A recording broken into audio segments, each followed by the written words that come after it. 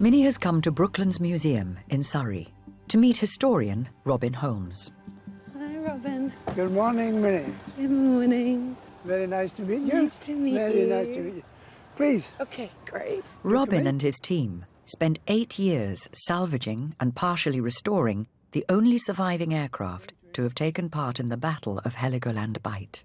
It's called a Wellington bomber. The big one there?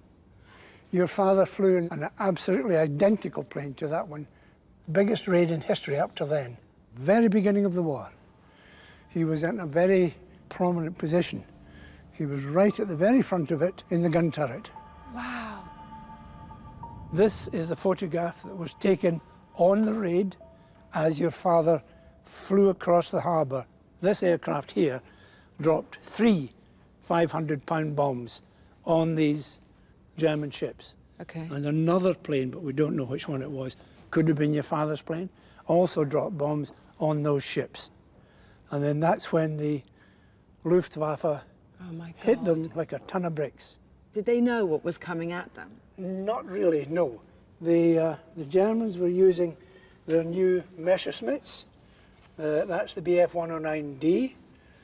Very fast. Very fast. 350 Deadly. miles an hour. That was the very latest fighter that the Germans had. The bombers were defending themselves with these. That's a 303 rifle bullet. And that's what your father was defending the aircraft with. What the Germans were attacking them with were these. That's a 20mm cannon shell. And the German fighters were equipped with those. So you can see the disparity there. This was their ammunition, and this was our ammunition. Yes. Actually, there was an account of this whole battle, and that was published at the time for sixpence. Epics of the RAF. Yes. There we go. Another Wellington forced out of its formation was swooped on by a swarm of German fighters, which swept over it continuously, spraying it with machine gun fire. The bottom of the front gun turret had been blown away, and the turret set on fire. Later, I heard from the lips of the pilot himself the story of that nightmare journey home. My gunner was very prompt with the fire and beat it out with his gloved hands. That's Dad. That's your father, yes. But for him, the aircraft would have been well alight in a few seconds. His quick action saved our lives.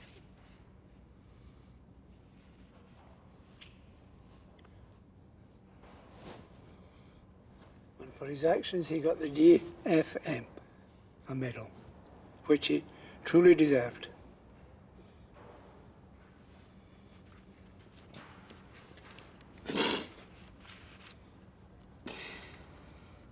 I gotta read this next bit, because it's good. Please, please. When the bottom of the gun turret was blown away, the gunner found that his leg was dangling in the air over the water, but his huddled position kept him from falling through the hole into the sea. It probably because he was so big as well.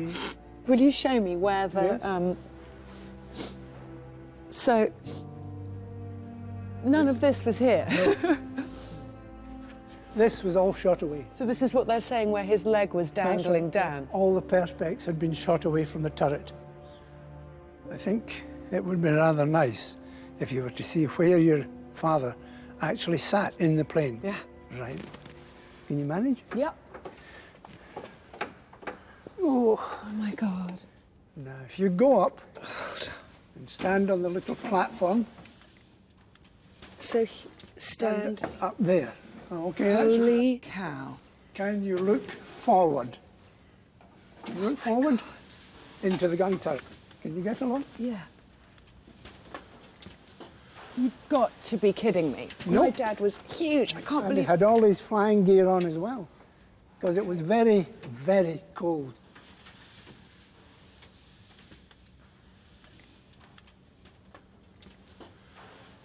I can't believe how tiny it is in there. How you're completely and utterly unprotected. Nothing between Nothing protecting you except... Nothing between you apart some perspex. His very best friend was called Lily, aircraftsman Lily, and he was in the rear gun turret. And sadly, he did not survive the battle. Your dad actually lost his best friend on the Battle of Heligoland Bight.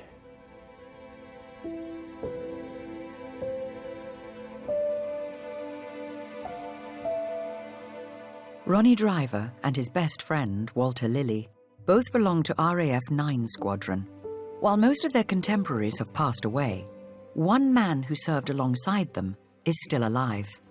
Minnie, I would like to introduce Mr. Derek Alloway. Hello. Hello, Minnie. Hello, Derek. I'm very proud to meet you. Now 93, Derek Alloway is the last surviving RAF veteran to have been involved in the Battle of Heligoland Bight and remembers Ronnie Driver well. So, how exactly did you know my dad?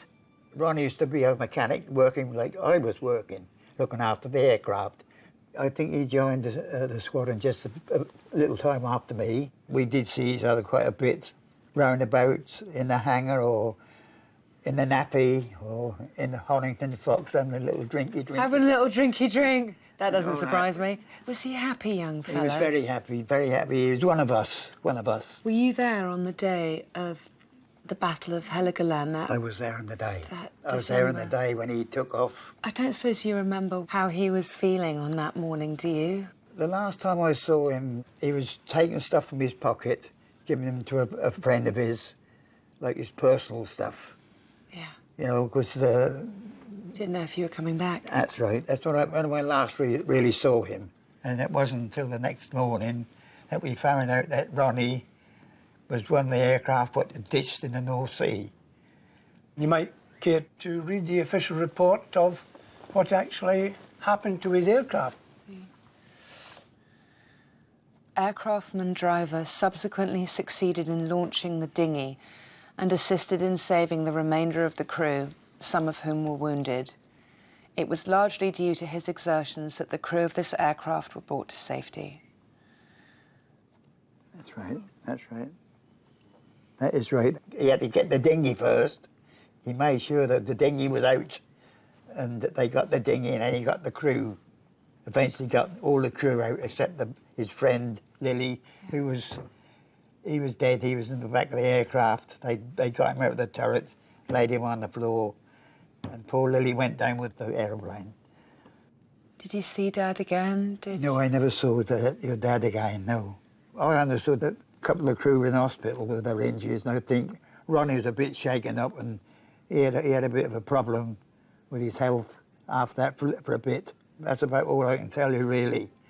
That's when I last saw Ronnie, that morning when he took off on that particular mission. I've never met anyone in my life that knew my father when he was 18 years old. And to sort of hear, it's really who he was. He was a good bloke and a good friend. That's a really, really good feeling. It was quite shocking hearing that Dad was unwell at the end of that battle. And I really want to know what happened to him next because that's as much as I know.